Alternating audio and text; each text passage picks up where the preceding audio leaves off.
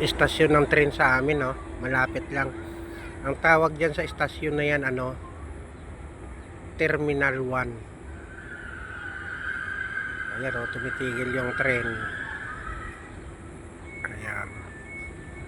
Pag matapos baba, putol yan hanggang dyan. Dati binalag ko niya yan dati hanggang dyan. Hanggang Bundari lang ng Las Piñas.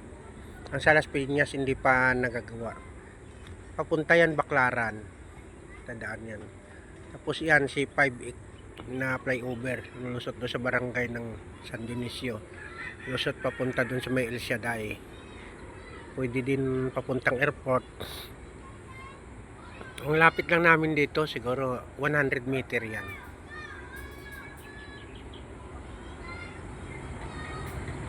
Ayan, daming sasakyan dumadaan. Buhat sa Cavitex, yung flyover na yan. Diyan, tramo dos tawagin yan eh. Doon ang kabiasnan sa kabila. Doon.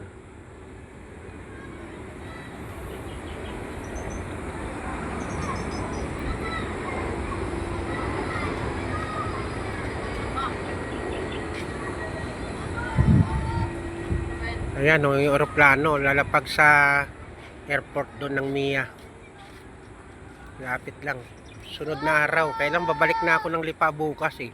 Sunod na araw, sana doon ako magbablog sa sa airport mismo. Sa tabi ng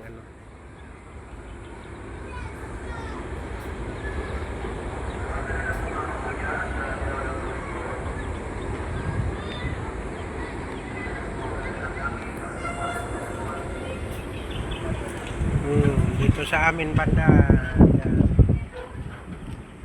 Pasensya na, wala akong damit. Papahinga lang galing sa trabaho. Kaya wala akong vlog kanina kasi tapos na yung work namin, hindi na ako nakapag-vlog doon kanina eh. So, ubos na ang oras sa kalinis,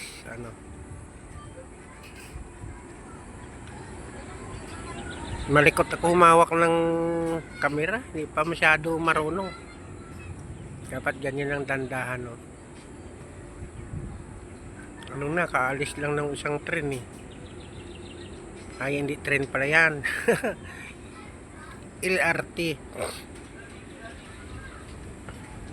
Magrahe na sa doon. Bali, lilipat yun siya ng pwesto ng ng railes.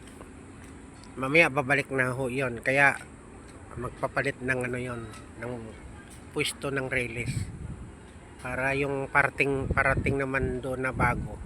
Ayan na. Ayan na siya. Dumana sa uli. Kasi wala nakatambay doon kanina eh. Pabalik na ho yan. Hanggang papuntang Maynila.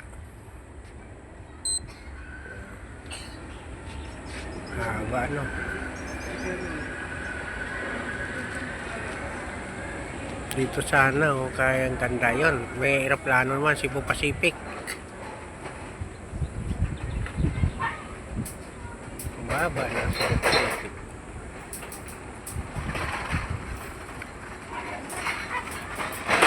Ito bakanting lote.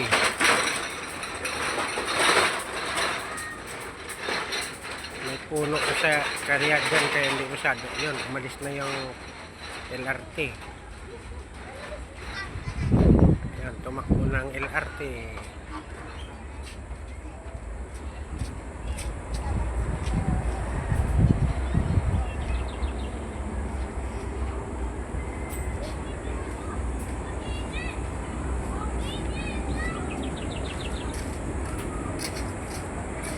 Paalis yung isa, parating naman yung isa. Ayan, may parating naman. Ang bilis ng biyahe dito.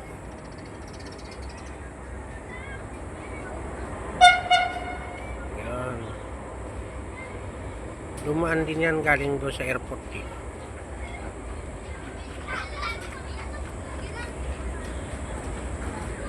Minsan tumutugma talaga ang ulo ng LRT dyan sa lumalabas yan sa banda sa dulo kasi dyan yung salamin eh.